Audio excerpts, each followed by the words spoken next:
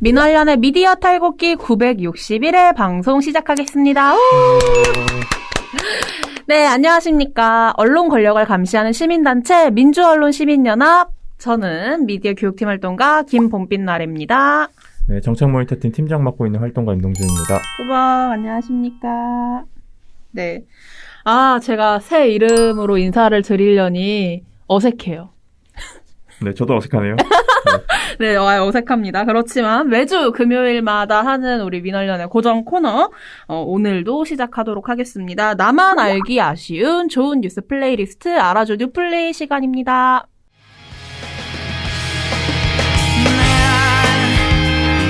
너의 머리 위에 있어 너의 기도를 듣고 있어 아주 숙연한 모습으로 날 기다려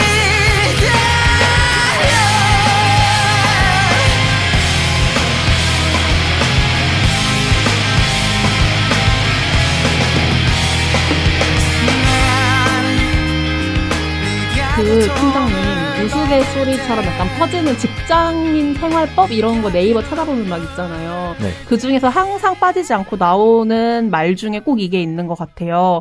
받은 만큼만 일해라. 그럼 퇴근해도 되나요? 바로 오늘 이것만 끝나서 가세요. 네. 이거까지만 같이 해주세요. 네, 뭐 그런 말이 있습니다. 뭐 이런 얘기에 대해서는 굉장히 여러 의견이 있긴 합니다만, 뭐 이런 말 자체가 나왔다는 것 자체가 좀 많은 사람들이 사회생활을 하면서 겪었던 경험에서 비롯된 뭐 함축적인 의미를 가지고 있다, 뭐 이런 생각이 드는데요. 시작부터 제가 이런 말을 왜 했느냐 하면은, 이게 오늘 소개할 보도가 노동자가 노동의 대가를 도둑맞는 이야기에 대한 보도이기 때문입니다. 팀장님, 제가 도대체 오늘의 보도를 준비하셨다고 했을 때, 도대체 노동의 대가를 도둑맞는다는 게 뭐지? 이게 이해가 잘 안 되는 거예요. 그래서 좀 찾아봤더니, 이 보도에서 중간 착취라는 용어를 사용하더라고요. 네, 이게 중간 착취라는 용어가 사실 근로기준법에 있습니다. 근로기준법 구조가 중간 착취의 배제인데요. 네. 이 내용을 보면은 누구든지 법률에 따르지 아니하고는 영리로 다른 사람의 취업에 개입하거나 중간인으로서 이익을 취득하지 못한다. 네. 이렇게 규정돼 있어요. 그러니까 네. 흔히 말하면 그 법에 정해지지 않은 사람이 갑자기 중간에 개입해서 임금을 떼먹거나 뺏어가거나 이러면 안 된다라는 게 네. 이제 중간착취 금지의 이 중간착취 배제의 네. 가장 기본적인 원리거든요. 네. 그래서 그럼 이 중간착취가 도대체 뭐냐, 이걸 왜 만들어놨냐라고 했을 때 주로 어디서 벌어지는지, 오늘 저희가 다룰 내용도 거의 비슷한데, 네. 주로 어디서 벌어지냐면 하청 관계에서 벌어집니다. 그러니까 원청과 하청 얘기 굉장히 많이 들어보셨잖아요. 네. 쉽게 말해서 현대자동차가 차를 만듭니다. 차를 만드는데 차의 모든 그 부품들을 현대자동차가 다 생산할 수는 없잖아요. 그럼 뭐 바퀴라든지 아니면 뭐 그 의자라든지 혹은 뭐 핸들이라든지 네. 뭐 이 스틱이라든지 뭐 네. 이런 부분들을 다 이제 다른 회사에서 하청을 줘서 다른 네. 회사가 만들게끔 만드는데, 그 과정에서 일종의 착취에 가까운, 중간 착취에 가까운 행위들이 벌어지고 있다. 실제로 중간 착취라고 봐야 되는 일들이 굉장히 벌어지고 있다라는 게 이제 오늘 다뤄볼 내용입니다. 네, 지금 중간 착취에 대해서 이야기를 해주셨는데, 실은 오늘 이야기할 보도를 들어보시면 정말 이게 중간 착취가 좀 생소하다고 생각하시는 분들도 있을 수 있는데, 정말 만연하고 있는 게 지금 우리 사회의 현실이에요. 이게 말씀하신 중간 착취, 이게 법으로도 금지가 되어 있는 문제인데, 제가 먼저 좀 선수를 쳐서 임동준 팀장님이 얘기하실 거를 조금만 말해보자면, 이게 한국일보의 마이너리티 팀이 기획하고 보도한 시리즈물이라고 합니다. 오늘 소개할 기사요. 네, 맞습니다. 오늘 제가 한국일보의 중간 착취의 지옥도라는 시리즈를 가지고 네. 왔는데요. 이 기사가 대체적으로는 사례 중심의 기사입니다. 네. 그래서 어떤 중간 착취의 케이스들이 있었는지를 다뤄보고요. 네. 그리고 한 100명 정도를 실제 만나서, 취재원들을 만나서 어떤 일을 겪었는지, 그리고 네. 어떤 구조가 있었는지에 대해서 들어보는, 그리고 그걸 바탕으로 해서 실제 현실이 이렇고 그러면 구조적 문제는 뭔지에 대해서 짚어보는 형태의 기사라고 보시면 됩니다. 네, 이게 제가 그러니까 두 가지로, 그러니까 지면으로 봤을 때도 그렇고, 이거를 이제 컴퓨터로 봤을 때 모바일 뭐 이렇게 외부로 확인을 했을 때도 그렇고 굉장히 눈에 띄는 게 그 100명을 인터뷰를 한 내용을 한눈에 볼 수 있게 좀 담아내려는 노력을 굉장히 많이 했어요. 특히 이제 인터넷으로 보면은 인터랙티브 기사가 있는데 그 인터랙티브 기사가 100명과 그 100명의 중간 착취를 당한 노동자들의 이야기들을 하나하나 다 이렇게 확인을 해볼 수 있더라고요. 맞습니다. 그래서 이 100명의 카드? 일종의 카드처럼 네. 이렇게 눌러보면 어떤 일이 있었는지 그리고 네. 이분이 얼만큼 착취를 당했는지에 대해서 정보가 나옵니다. 네, 그러면 뭐 저희가 그 100명의 이야기를 다 얘기할 수는 없겠지만 시간상의 문제로 임동준 팀장님이 몇 가지 사례를 좀 소개해 주실까요? 네. 사실 대표적인 사례로 저는 하나만 찝고 싶은데 물론 네. 이 100명 안에 있는 사례는 아니지만 비슷한 사례들이 굉장히 많거든요. 대표적 예시가 김용균 씨입니다. 아, 그렇죠. 네, 김용균 씨 사고에 대해서 우리 사회가 위험의 외주화와 관련된 내용으로 굉장히 많이 공론화가 됐지만 사실 이 사이에 중간 착취가 들어 있었거든요. 한국일보가 이제 그 지점을 언급한 대목이 있는데 김용균 씨의 실제 노무비로 측정이 된 금액은 522만 원이었습니다. 근데 김용균 씨의 실제 월급 통장에 들어간 금액은 211만 원이었어요. 그러니까 311만 원이 사라진 거잖아요. 그러니까요. 이 311만 원이 중간 착취를 당한 금액입니다. 그러니까 이 구조가 어떻게 되냐면 원청업체가 이제 하청업체, 김용균 씨가 소속되어 있는 하청업체에 사업을 주고 하청업체의 노무비를 지급을 합니다. 네. 근데 이 노무비를 가지고 하청업체가 그럼 이 노무비를 다 그대로 노동자들에게 주느냐? 그렇지 않고 근로계약서를 쓸 때에 노무비에서 한참 낮은 금액으로 근로계약서를 쓰고 근로계약서에 명시된 금액만 지급을 해주는 거죠. 사실 이 중간중간에 떼가는 비용들이 뭐 관리비라든지 혹은 뭐 이 중간에 뭐 이 비용들이 들어가잖아요. 네. 뭐 안전 마스크라든지 이런 것들을 제공해 준다던가 이런 것들을 통해서 이 중간에서 떼먹는 금액들이 있는데 뭐 필요한 액수만큼을 가져가는 건 말이 되지만 그렇죠. 사실 311만 원을 떼가고 211만 원만 줬다라는 건 상식적으로도 일단 이해가 안 가고 네, 특히나 김용균 씨의 사례 같은 경우는 이 관리가 제대로 이루어지지 않은 거잖아요. 특히 안전관리가 제대로 이루어지지 않은 거잖아요. 그렇게 많은 금액을 떼가면서 사람이 목숨을 잃을 정도의 위험한 환경에 배치가 되어 있었다라는 건 관리비로 명목으로 떼가는 것도 제대로 이루어지지 않았다라는 거죠.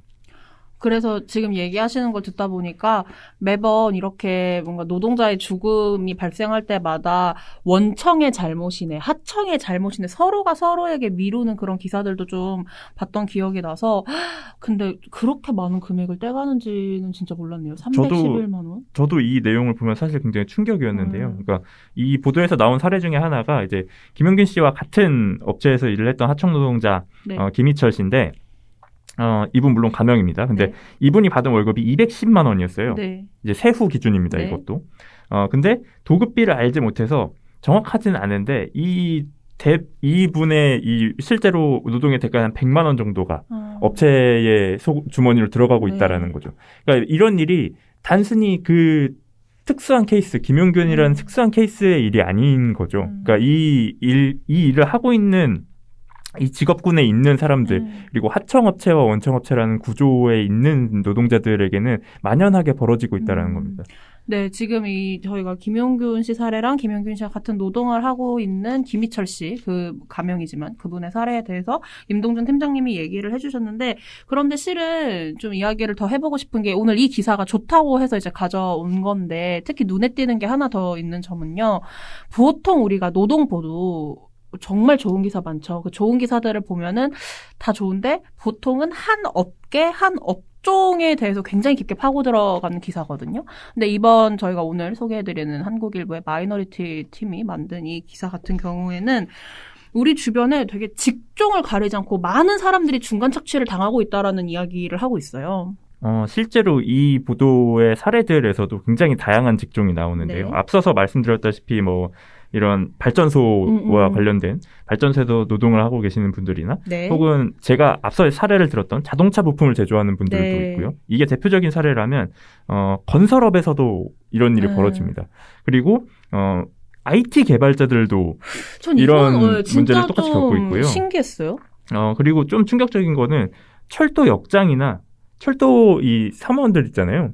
네. 이분들도 영무원분들도 이런 비슷한 문제를 겪고 있습니다. 심지어 이분들은 이 코레일이라는 네. 공기업의 이 노동을 하는 분들인데 네. 이분들도 마찬가지의 구조로 지금 피해를 겪고 있거든요. 네. 그래서 이런 내용들이 사실 벌어지는 원인을 좀 짚어보면 그 흔히 말하는 용역업체나 파견업체로 불리는 이런 업체들이 이 중간에 끼어서 이런 문제들이 발생하는 거거든요. 네, 저희가 그래서 좀 특수한 케이스인 것 같다라고 얘기했던 IT 개발자들, 네. 이 케이스도 사실 IT 업계에서 이 특정 노동자와 이 다른 회사들을 연결시켜주는 이 중간다리 역할을 하는 회사로 존재하는 이 회사들이 일종의 용역 파견 업체의 느낌처럼 중간에서 수수료를 엄청나게 떼가는 형태가 있어요. 네. 그래서 한국일보 실제 보도에 등장하는 취재원 중에 개발자 성모 씨가 얘기한 말인데 네. 프로그램 개발자로 처음 일을 시작했을 때 파견 업체는 도급사에 저를 4년차 개발자로 소개를 했고 네. 그래서 월 450만 원씩 받기로 했다. 오, 네. 하지만 파견 업체가 다달이 270만 원씩 가져가고 저는 180만 원만 받았습니다. 이렇게 얘기를 했어요. 한국일보에 이분. 너무 충격적이야. 네. 이분의 입장에서는 사실 거의 뭐 월급에 네. 이 두 배는 물론 안 되지만 네. 굉장히 많은 금액을 떼가는 거잖아요. 180만 원을 받고 270만 원을 떼인다라는 거는 상식적으로 이해가 안 가는 네. 구조잖아요. 근데 이런 일들이 IT 업계에서 꽤나 많고 횡행하고 있다라는 게 한국일보의 취재 결과였거든요. 제가 이거 기사 보면서 좀 많이 반성했던 게 뭐였냐면 전 되게 고정관념이 있던 거예요. 그 IT 개발자라고 하면은 항상 판교 이런 거 떠올리면 굉장히 밝고 뭔가 빠르게 돌아가고 그 안에서 어쨌거나 굉장히 뭐 어려운 걸 배웠으니 돈도 많이 받을 것일까. 그러니까 그동안 저의 고정관념이 갇혀 있었는데 이 기사를 보면서 이런 업계에서도 이런 중간 착취가 일어나고 있는구나. 좀 몰랐던 노동 문제들을 또 알게 돼서 되게 놀라웠던 지점도 있는 것 같아요. 네, 그리고 사실 한국일보 기사에서 어느 정도는 구조적 문제가 좀 보이거든요. 네. 그 사례 중에 하나가 이 하청업체들, 용역 파견업체들이 위장 폐업을 한다라는 거였어요. 그러니까 이게 뭐냐면 이 업체들이 대개 6개월에서 1년 단위로 생겼다가 사라지고 반복합니다. 왜 위장 폐업을 하는 건데요? 이 위장 폐업을 하는 원인이 뭐냐면 사대보험료나 임금 같은 거를 들고 날래는 거죠.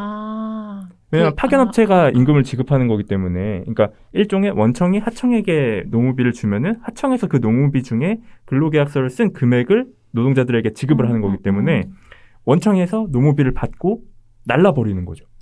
그러니까 이런 형태가 실제로 빈번하다라는 걸 보여주는 게 한국일보 보도에도 나오는데, 여기 보시면 그 안산시 비정규직 노동자 지원센터가 3년간 안산 지역의 파견업체 유지 현황을 조사를 해봤어요. 네.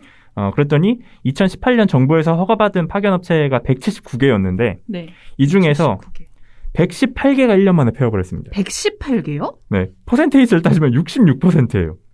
그러니까 1년 만에 폐업하는 이 업체들이 66%인 거예요. 그러니까 2020년까지 유지된 업체가 27개였거든요. 네. 15%밖에 안 됩니다.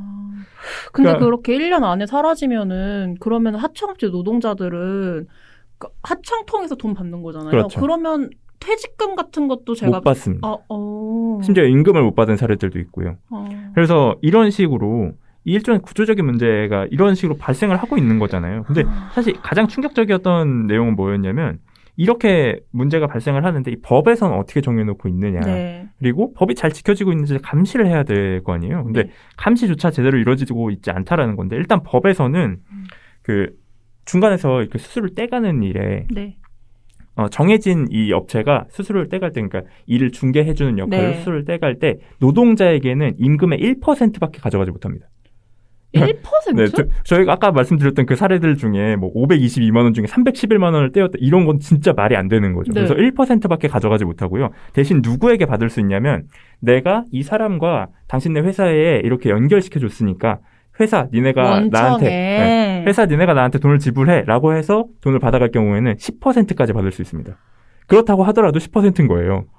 1%밖에 그러니까 최대 1%까지밖에 떼갈 수가 없는데 그동안 떼갔던 돈이 내 월급보다 더 많은 그렇죠. 거네요. 맞습니다. 그래서 실제로는 이런 직업소개소들이 돈을 떼가는 게 회사들한테 받지 않고, 그러니까 흔히 말하는 갑한테 받아야 될 네. 돈을 을한테 엄청나게 떼가고 있는 거예요. 말도 안 되게. 근데 이게 이런 문제가 빈번한 상황이고 네. 직업소개소라는 곳들이 이렇게 반복적으로 문제를 일으키고 있으면 네. 감시를 해야 되잖아요. 그렇죠. 감시를 해서 잡아내야 될 텐데 한국일보가 취재를 해서 11년 동안 2010년부터 2020년까지 얼마나 이걸 잡아냈는지 네. 확인을 해봤더니 10년간 수치인데 총 13건이 잡혔습니다. 10년 동안요? 네, 10년 동안 한 게 13건이었는데 그나마도 과태료나 영업정지가 10건이었고요. 경고받은 건 3건이었습니다. 그러니까 실제로 이런 일들이 정말 일상에서 빈번하게 엄청나게 벌어지고 있는데 관리 감독도 제대로 안 되고 있고 이런 식으로 구조적으로 1년 만에 폐업하고 임금 들고 날르고 이래도 문제가 안 되게끔 그냥 방치가 되어 있는 거예요. 그래서 이런 문제들을 짚어주는 건 굉장히 유의미했다라고 보고요. 그리고 네. 한 가지 더 저는 유의미했다라는 생각이 들었던 게 이런 중간 착취의 문제에 대해서 노동자들이 문제 제기를 할 수 있잖아요. 그럼요. 문제 제기를 했을 경우에는 이게 해결이 돼야 되는데 해결이 되는 게 아니라 이런 구조가 사실 상식적으로 생각해 보면 원청이 있고 원청에서 하청을 받은 이 업체가 있고 하청업체가 또 고용한 노동자들이란 말이에요. 네네. 그래서 이분들이 목소리를 내게 되면 이 하청업체가 변화되는 시기 즈음에 네. 이분들 다 해고합니다. 그러니까 쉽게 대표적인 사례가 이제 얼마 전에 논란이 됐었던 LG 트윈타워의 청소 용역업체 네. 노동자들 사례였거든요. 네. 이분들이 노동조합을 결성하고 노동자들끼리 단결해서 이분들 해결해달라고 요구를 했더니 하청업체를 바꾸면서 용역업체를 바꿔버리면서 이분들 다 해고하겠다라고 통보를 했어요. 그러니까 이런 식으로 문제 제기를 하게 되면 너의 노동을 못하게 만들 거야 라는 식의 거의 협박성에 가까운 그렇죠. 협박이죠. 네. 그래서 문제 제기를 하게 되면 해고로 이어지고 그렇다 보니까 오히려 더 빈번하게 이렇게 문제가 벌어지는 상황들 속에서 노동자들이 본인들의 노동의 이 유지를 위해서 말을 하지 못하는 그러니까. 이런 상황들이 반복되고 있는 거거든요. 그래서 한국일보가 이런 부분들을 짚어준 거는 굉장히 유의미했다라는 생각이 듭니다. 네. 그러니까 이게 너무 아쉬운 거는 저희가 시간상 이 100분의 사례를 더 소개해드리지 못하는 거. 그래서 그 한국일보 안에 정말 많은 분들의 사례를 통해서 우리가 이 문제를 어떻게 해결해 나가야 하는지 그러니까 가슴이 들끓거든요. 이런 거 보면 되게 화도 나고 저는 아까 얘기하셨던 그 1% 얘기나 아니면은 원청에다가 요구해야 될 거를 지금 그 하청업체 통해서 고용된 노동자들에게 부당하게 가져가고 있다라든지 이런 얘기 들으면 굉장히 화가 나는데 그럼 또 우리한테 이제 중요한 거는 그래서 해결책은 무엇이 있느냐 이게 중요한 거잖아요. 어떻게 앞으로 이 문제를 해결해 나갈 것이냐 이게 중요할 것 같은데 한국일보에서 이 문제에 대해서도 좀 이야기를 했는지 궁금합니다. 한국일보는 일단 뭐 30일에 이거와 관련된 보도를 내겠다라고 지금 뭐 예고를 한 상태인데요. 사실 보도가 뭐 어떤 걸 짓느냐와 상관없이 이건 되게 본질적인 얘기거든요. 그러니까 이런 문제들이 안 벌어지려면 상시적이고 필수적인 노동을 하는 노동자는 직접 고용을 하면 됩니다. 그러니까 김용균 씨가 얘기했던 그 직접 고용의 문제로 해결을 하면 되는 거예요. 그러니까 이 문제가 왜 계속 벌어지느냐면 원청도 어느 정도의 책임이 있습니다. 그럼요. 그러니까 원청이 무조건 그러니까 뭐 예를 들어서 계속 제가 현대자동차 얘기를 하는데 현대자동차가 자동차를 만들면서 모든 부품을 다 직접 생산할 수는 없어요. 그건 맞거든요. 그러니까 하도급을 주는 데에는 어느 정도의 이유가 있지만 그 하도급을 주는 이유가 정말로 직접 생산이 불가능해서인지 혹은 그 리스크를 줄이기 위해서인지 흔히 쉽게 말하면 쉽게 고용하고 쉽게 자르기 위해서 하도급을 주고 있는 것인지 아니면 정말로 모든 걸 다 할 수 없기 때문에 하도급을 주는 것인지는 명백화할 필요가 있다. 예를 들어서 뭐 은행에 계시는 은행 경비원분들 있잖아요. 네. 이분들도 되게 이런 케이스가 많거든요. 하청을 통해서 고용이 되시는 경우들이 많아요. 근데 은행 경비를 하시는 분들이 잠깐 뭐 한두 시간 필요한 게 아니잖아요. 늘 상시적이고 그렇죠. 반복적으로 필요하신 분이잖아요. 이런 분은 직접 고용을 하면 되는 겁니다.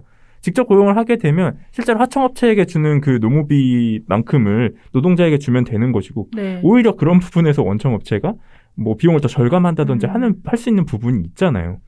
근데 그걸 모면하고서라도 이런 식의 하청 구조를 가지고 가고 있는 건 하청업체를 떨쳐내면서 쉽게 이 해고하고 쉽게 고용하는 그리고 하청업체 간의 또 경쟁을 부추겨서 조금 더 이윤을 보려는 이런 식의 방식이 그러니까 노동자를 거의 물건으로 보는 형태의 시각이거든요. 그래서 근본적인 해결책은 딱 단순한 것 같아요. 그러니까 상시적이고 필수적인 업무는 직접 고용을 해야 한다. 이렇게만 되면 사실 이런 중간 착취의 문제들은 근본적으로는 해결이 될 수 있다고 보거든요. 네. 임동준 팀장님 이렇게 얘기해 주셨는데 지금 이 한국일보의 이 보도는 저희가 아직 진행 중인 보도를 소개해 드린 거예요. 그래서 이게 제가 이제 저도 확인을 해봤더니 인터랙티브 기사에 이제 마지막에 우리 순서가 어떻게 뭐 나올 것이다, 어떤 보도를 할 것이다 나오는데 토요일에 해결책을 어떻게 하면은 모색할 것인지 관련한 기사가 나올 예정으로 보이기 때문에 토요일에 다들 한번 저희 뭐 미날련 활동가들도 확인을 해볼 것이고 시민 여러분들도 한번 읽어보시면 좋겠다는 생각이 듭니다. 네가 고통을 받을 때 네가 피눈물을 낼 때 비로소 행복할 수 있어 내 기다려 너의 아픔 속에 너의 목적 속에 오늘 제가 넬의 기생충이라는 곡을 가지고 왔는데요. 기생충. 네. 이 곡 가사에 그런 내용이 있습니다. 난 네가 고통받을 때, 네가 피눈물을 흘릴 때 비로소 행복할 수 있어. 뭐 이런 내용이 있는데요. 사실 저는 이 중간 착취를 보면서 누군가의 피와 땀을 그리고 고생을 이렇게 아무것도 하지 않은 사람들이 떼간다. 그 굉장한 액수를 떼간다라는 걸 보면서 이거 정말 기생충보다 더하다라는 생각이 들었고요. 네. 이런 문제를 좀 관심 가지고 해결했으면 좋겠어요. 그러니까 법의 제도, 이 한국일보 보도에도 나오지만 법의 제도가 굉장히 미약하게 되어 있습니다. 그리고 현실과 동떨어져 있는 상태로 되어 있거든요. 그래서 이런 부분을 좀 잘 챙겨야 하지 않나, 법을 만드시는 분들이. 그리고 좀 현장의 목소리를 좀 들었으면 좋겠다. 실제 착취를 당하고 있는 분들이 어떻게 피해를 입고 있는지. 굉장히 많기 때문에 일단. 네. 네, 그래서 목소리를 좀 듣고 제도적으로 좀 변화해서 이런 문제가 벌어지지 않게끔 정말 저희가 시작할 때 얘기를 했지만 일한 만큼 받을 수 있게끔 네. 네, 그랬으면 좋겠습니다. 네, 그렇습니다. 저는 이 기사 보면은 시작할 때 매번 똑같이 뭐라 그래야죠? 작게 이 기사가 왜 만들어졌는지 소개하는 내용이 있는데 그거를 좀 한번 읽어드리고 싶었어요. 편집자 주로 당신은 힘들게 일하는 노동자입니다. 피땀 눈물의 대가로 월급을 받지요. 그런데 누군가 그중 수십 혹은 수백만 원을 늘 떼간다면 어떨 것 같습니까? 이런 내용이 있는데 저는 이거를 저의 상황으로 좀 대입을 해서 생각을 해보게 되더라고요. 저는 이거는 좀 개인적인 얘기입니다만 비슷했던 돈을 못 받을 뻔한 경험이 있어요. 제가 대학생 때 유럽 여행을 가려고 했어요. 대학생 때 유럽 여행 가려고 했는데 집에 이제 돈을 이렇게 손을 벌리기 싫은 거예요. 내 돈으로 가야 좀 의미가 있겠다. 배낭여행 대학생 때 가는 게. 그래서 정말 많은 알바를 했거든요. 원래 영화관 알바를 한 3년 정도 해서 그 3년의 퇴직금을 받고 거긴 대기업이니까 돈을 제대로 주셨어요. 근데 그러고 돈이 좀 부족해서 제가 고등학교 급식실 아르바이트도 한 10일 정도를 했었고 그리고 그거를 했어요. 한 백화점에서 아울렛 백화점에서 상시 밖에다 깔아놓고 하는 이벤트 있잖아요. 그거를 하는 기간 동안 결제해주는, 결제하는 포스기 담당 아르바이트를 했었는데, 그게 합청업체를 통해서 진행이 됐던 거예요. 그럼 제가 예를 들어서 돈을 1월 30일에 받아야 했어요. 원래 1월 30일에 받아야 되는 돈인데 그 하청업체가 우리가 사무실 이전을 하느라 컴퓨터를 쓸 수 없어서 너네한테 돈을 한 2주 정도 늦게 줄 것 같다. 처음에는 그 2주를 기다렸어요. 근데 돈이 안 들어오더라고요. 그래서 이제 그 공고를 올렸던 그 홈페이지 거기에다가 이제 전화번호를 보고 그분한테 연락을 드렸죠. 왜 아직 돈이 안 들어오냐 이랬더니 설비가 아직 덜 돼서 지금 컴퓨터 설치가 제대로 되지 않아서 돈을 주기 힘들다. 우리 프로그램이 안 돌아가서 힘들다 이러는 거예요. 또 그래서 2주를 더 기다렸어요. 근데 안 주는 거예요. 그래서 이건 어떻게 해야 되나. 저는 너무 대학생인데 뭘 몰랐어요. 그래가지고 또 연락을 했죠. 이거 어떻게 얼마나 기다려야 됩니까? 이랬더니 곧 들어갈 것 같긴 한데 혹시 모르니까 2주를 더 기다려달라. 그렇게 2주를 미루다 제가 2달 반 만에 돈을 받았거든요. 근데 참 그때는 뭣도 모르고 그냥 기다리기만 했던 것 같아요. 근데 다시 한번 생각해보면 그리고 이 기사들을 보면 저는 그래도 2달 반 만에 돈을 받기라도 했죠. 근데 그러지 못하는 분들이 참 많이 있는 거잖아요. 그래서 좀 이게 모르겠어요. 저는 나에게도 언제든 벌어질 수 있는 일이고 이게 결과적으로는 임동준 팀장님이 말한 것처럼 법을 바꾸고 제도를 바꾸고 그리고 우리들의 인식도 바뀌어서 이런 문제가 좀 일어나지 않도록 좀 다 같이 변화를 했으면 좋겠다. 그래서 이 편집자 주에 있는 피땀 눈물의 대가로 월급을 받는데 그중 누군가 수십 수백만 원을 떼가는 이야기도 한번 다 같이 고민을 해주셨으면 좋겠다. 이런 생각이 들었습니다. 오늘 저희 알아줘 뉴플리는 여기서 마무리를 해보고요. 그리고 저희는 다음 주 월요일에는 박채린 활동가하고 함께 미디어 이슈 브리핑을 진행해 보도록 하겠습니다. 그럼 다들 주말 잘 보내시고 월요일에 만나 뵙도록 하겠습니다. 민원련의 미디어 탈곡기는 내일도 열심히 털어드리겠습니다. 탈탈탈 안녕.